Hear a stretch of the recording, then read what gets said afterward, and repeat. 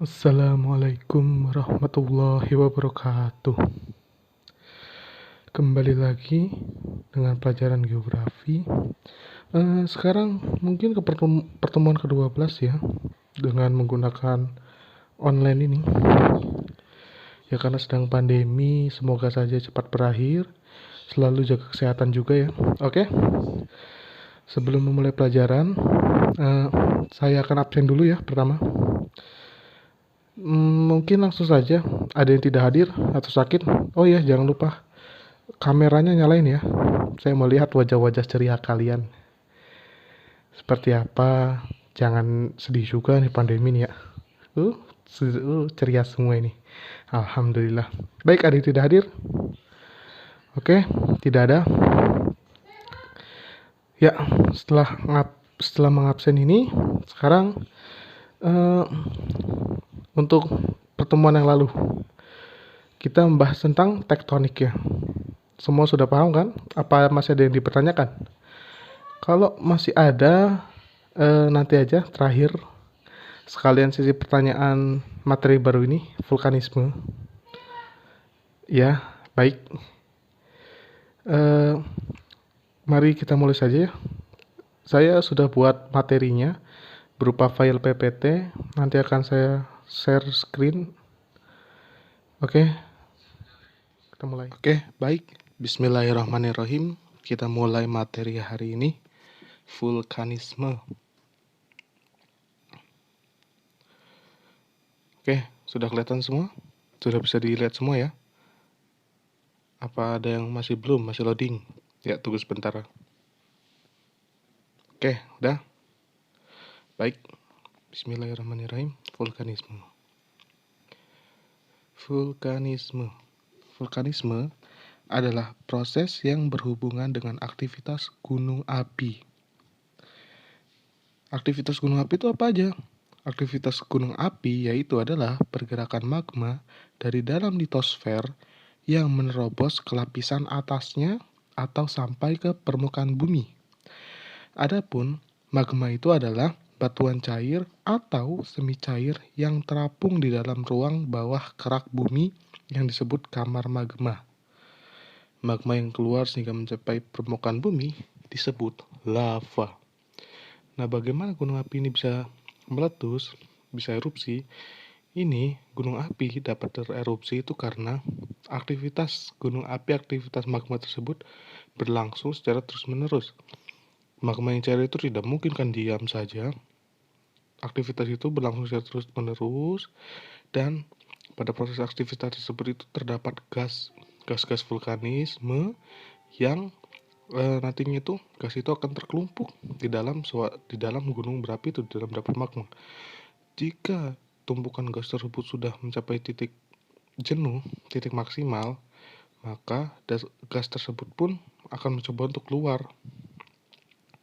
Salah satunya itu menerobos, terjadilah letusan gunung api. Baik, sini ada gambarnya ya. Kalian bisa lihat masing-masing. Bisa saya zoom ya gambarnya. PowerPoint bisa di zoom. Oke. Ini magma chamber merupakan dapur magma. Nah itu, jadi dari dapur magma tersebut, magma cair terus naik ke permukaan dan mengalami letusan atau erupsi. Oke, selanjutnya. Baik, setelah diterangkan secara singkat tadi, sekarang saya akan memberikan kalian tugas. Tugas itu apa? Pertama, buatlah kelompok 3-4 orang.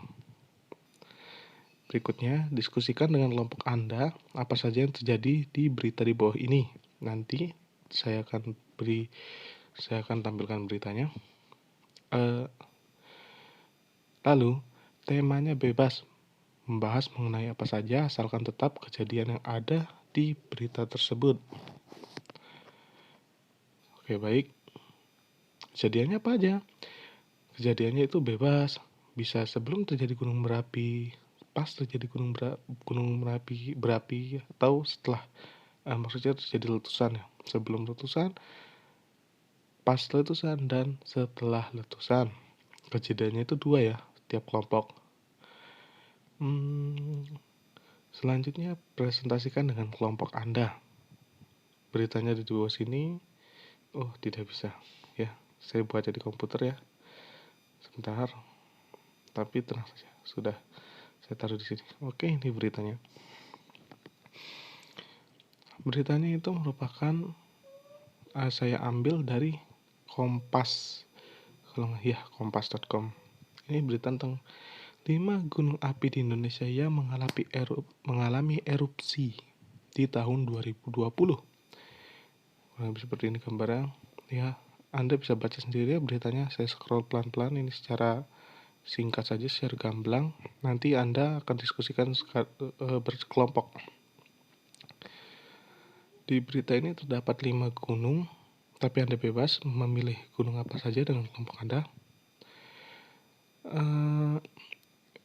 Kalau ada yang tidak boleh sama ya, tidak boleh sama.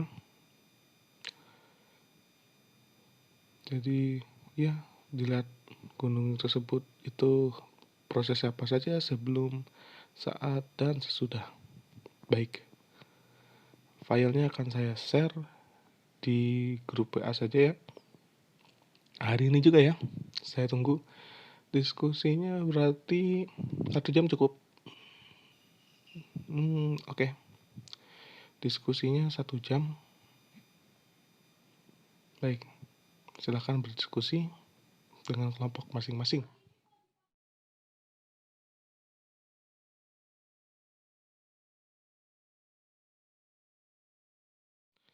Oke, diskusi sudah berjalan selama 30 menit. Saya ingatkan berarti tinggal 30 menit lagi ya. Ada yang sulit atau barangkali ditanyakan lagi tentang bagaimana, tapi dari tadi prosesnya sudah baik ya. Oke, tetap saya tunggu.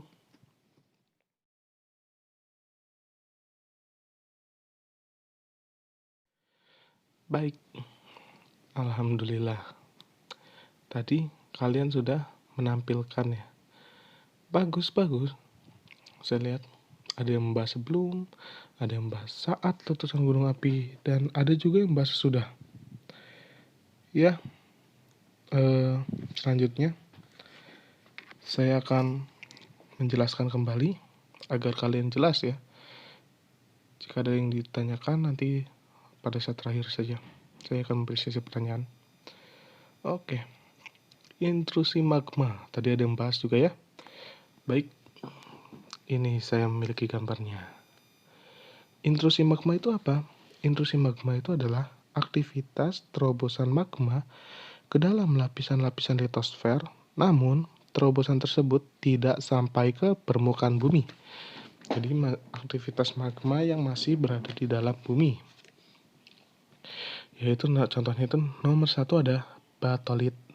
Batolit ini, apa itu batolit? Batolit itu adalah intrusi magma yang tidak mencapai permukaan bumi karena penurunan suhu yang sangat lambat, sehingga terbentuk batuan beku di kamar magma. Ini nih batuan-batuan beku yang ada di sekitar dapur magma. Ini adalah batolit. Jadi magma itu kan pergerakannya kan lambat ya, karena kita tahu magma sendiri itu tidak cair, dia itu kental dan setiap dia naik suhunya itu setiap dekat dengan permukaan bumi itu pasti turun. Suhu yang mengalami penurunan dan pergerakan magma yang sangat lambat membuat magma tersebut membeku di jalan, dan membuat magma tersebut menjadi batuan beku sebelum naik. Yang kedua adalah lakolit. Lakolit itu intrusi magma yang menyusup di antara lapisan-lapisan batuan yang menyebabkan lapisan batuan berada di atas yang menjadi terangkat menyerupai lensa cembung, sementara yang permukaannya yang di bawahnya tetap rata. Ini lakolit. Jadi magma yang mengintrusi membuat batuan beku yang tidak kuat panas itu berubah menjadi cair. Dan karena berat masanya berbeda, dia naik dan di atas ketemu lagi di atasnya, dan batuan di atasnya tidak bisa dibekukan akhirnya pas dia naik mencembung jadi seperti gambar nomor 2. Sudah saya zoom. Nomor 3, seal, yaitu magma tipis yang menyusup di celah-celah batuan. Ini seal itu ada magma tipis yang membentuk di tengah-tengah batuan. Oke. 4, diatrema. Diatrema adalah batuan yang mengisi pipa letusan berbentuk silinder mulai dari kamar magma sampai ke permukaan bumi. Adapun pipa letusan adalah jalan atau penghubung dari dapur magma ke dalam permukaan bumi. Diatrema ini nah. Nih. Jadi ini adalah lorong yang menghubungkan antara dapur magma dengan atas ini. Ini tadi disebut dengan diatrema. Yang 5, intrusi korok atau gang. Ini nomor 5. Ini adalah yaitu batuan hasil intrusi magma yang memotong lapisan-lapisan litosfer yang berbentuk pipih atau lempeng. Nih, jadi dia motong lapisan litosfer, naik dia intrusi magmanya. Oke, nomor 6, apolisa, yaitu pencabangan intrusi korok atau gang tadi. Nih, jadi ini intrusi korok dan pencabangnya menjadi apolisa. Oke, baik. Nomor 7 itu pipa kawah. Ini pipa kawah itu side. Jadi ada pipa utama, pipa dan pipa kawah.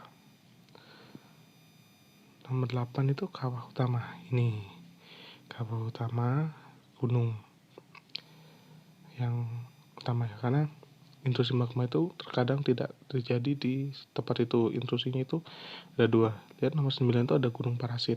Itu ada intrusi magma yang lebih kecilnya sebelah kawah utara. Itu kawah samping kawah utama. Oke, lanjut.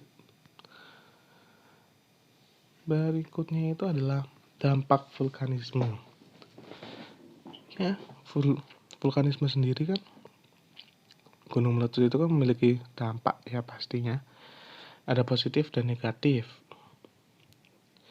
Dampaknya itu bisa dirasakan kepada manusia itu sendiri ataupun berdampak di lingkungan sekitar gunung api tersebut. Mari kita lihat dampak positif dulu. Nah, ini adalah gambar air dan batu. Maksudnya apa? Ini adalah gambar mata air, sumber air Sudekat. Ya, ini sumber air. Jadi gunung meletus itu berdampak positif, yaitu membuat sumber-sumber air atau mata air yang baru. Mengapa demikian? Tadi intrusi magma itu merupakan magma yang meneroboskan ke permukaan bumi. Nah, saat intrusi tersebut terjadi, terobosan itu terjadi, jikalau dia melewati lapisan akuifer dan memecah atau menembus batuan akuifer tersebut, lapisan akuifer tersebut, maka air yang ada di dalam lapisan akuifer tersebut kan memiliki tekanan sendiri dia. Dia memiliki tekanan sendiri, dan karena ada celah di situ, jadi air tersebut berusaha untuk keluar melalui celah tersebut. Dia air tersebut karena tekanan yang tinggi dan keluar melalui celah tersebut, dia menerobos lapisan tanah, airnya, tada!